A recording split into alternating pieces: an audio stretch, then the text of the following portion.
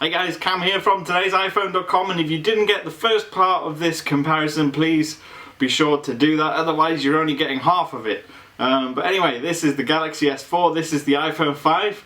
Couple more things to compare before I come up with my verdict, so please stick with it.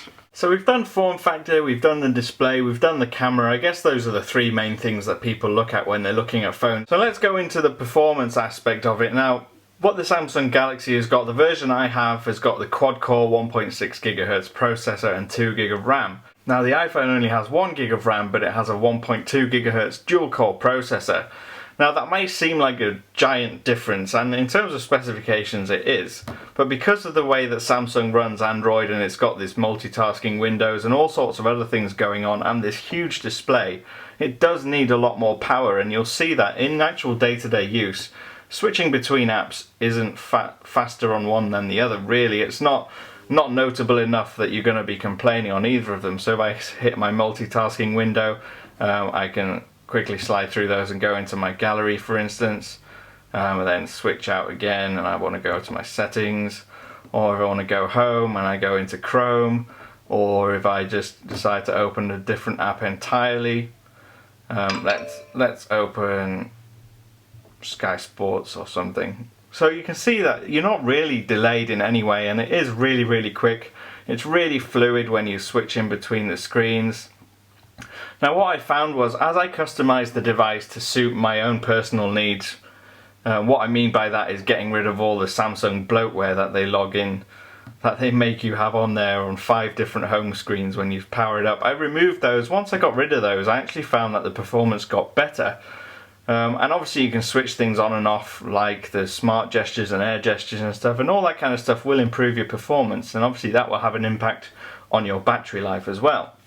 Now, like you can see on the iPhone, I've got jailbroken device, but obviously before I jailbroke it, I have had experience with just stock iOS. I was waiting for about 6 months, and you find that actually switching between apps doesn't take that long at all. And like I said, in day-to-day use, performance isn't an issue on either of them. You can do a lot more to impact the battery life on the Galaxy than you can on the iPhone. The iPhone, you can do things like switch your Wi-Fi off, turn your screen brightness down, but with the Samsung you've got things like I mentioned before. You've got all sorts of gesture controls and sensors powered on all the time, which you can switch off. Now both of them have 4G connectivity, so you can technically get the same speeds. I don't have 4G in my area, so to do a speed test on 4G would be completely pointless, especially since most of you are in the States. It won't make any difference to you anyway. So switching apps, absolutely fine on either. Switching between home screens is absolutely fine on both. You're not going to notice that much difference. Now, battery life wise, in terms of specifics, I managed to normally get almost 2 days out of my iPhone, and I've been getting similar levels out of my Samsung, and obviously the battery is almost twice as big on the Samsung, but like I said, there's tons of extra stuff going on there. What I did like about the Samsung was that even though the battery is clearly much bigger than the one on the iPhone, charging times are similar. It does seem to charge very quickly indeed. So you're not really going to struggle with that at all. You're not going to, in fact, you're not going to struggle with anything, even when you've got multitasking enabled. Let's go into the multi window and we can see that you can have all sorts of stuff on here. So if I decided I wanted a YouTube window and I wanted also to have maps running on there as well, you see I've got 2 programs running on there and it doesn't have any issue at all. If I just scroll through them, I can switch between them. And it doesn't really delay. It's running 2 programs at once, and there's no delay or anything. So if you think about performance that way, the Samsung is certainly capable of doing more, but whether or not you would find that useful on a day-to-day basis is entirely a personal choice. For a phone, I never found any time where I needed to do that on the phone. Although it was nice, it's not something that I really needed to do. But then again, multitasking on iOS has always been an issue, hence why I installed auxo, which is a much better way of doing it. Now I wanted to show you some of the key features that the Samsung has. Now these are things that Samsung portray as being the next big thing and huge innovations, and they are really cool. Now this is air gestures. Now essentially what you can do is you can go through your gallery without even touching your device, and it does have a rather satisfying feel about it. You can see I'm not touching the display.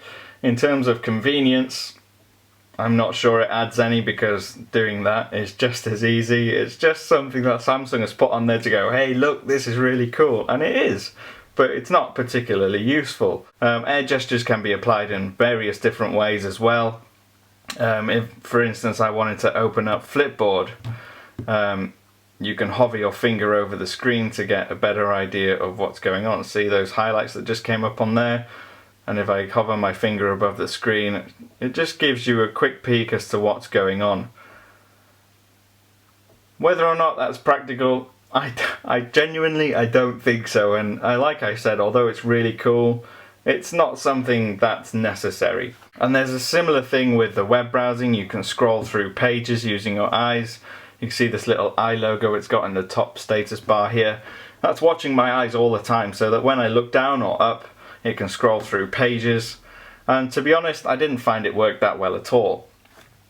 Also things like S-Voice, which is obviously Samsung's version of Siri. I did do a much more in-depth comparison already on our YouTube channel, so be sure to check that out. But in short, I prefer the way that Siri keeps as much as it can within the Siri user interface, whereas the Galaxy one a lot of the time does tend to take you outside of the app to the web browser.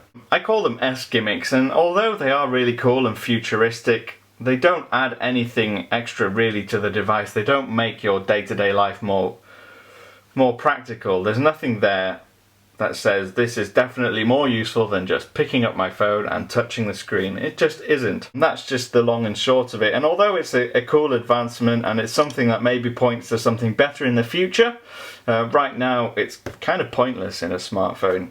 Samsung has all sorts of other things like bloatware that I haven't mentioned really, and it's nothing that you can't do without an app on iPhone. You've got all this health stuff in there that you can easily replicate on a phone, so they don't really intrinsically help the performance or the experience of using the phone that much at all. But in terms of hardware, I would be very hard pushed to say that this was worse than the iPhone 5. It would be really difficult for me to say that, because from what I've seen and heard and used of this for the last week or so, the display is fantastic. I love the feel, I love the performance, the sound quality is really great, the battery life is good. In fact, there's very little wrong with it, and as much as it pains me to say so, because when I started off this challenge and I picked up the Samsung from the box, I really wanted to hate it, and after using it for a week I couldn't, because I realised that I do like it a lot. It's a fantastic device. One of the things I will say is that for me, what makes iOS so great, and I know I say this a lot, and it's because of the ecosystem. It's the way that the software, the ecosystem, the apps, iCloud, all seamlessly blend together. And all my favourite apps on iOS are really fantastically designed.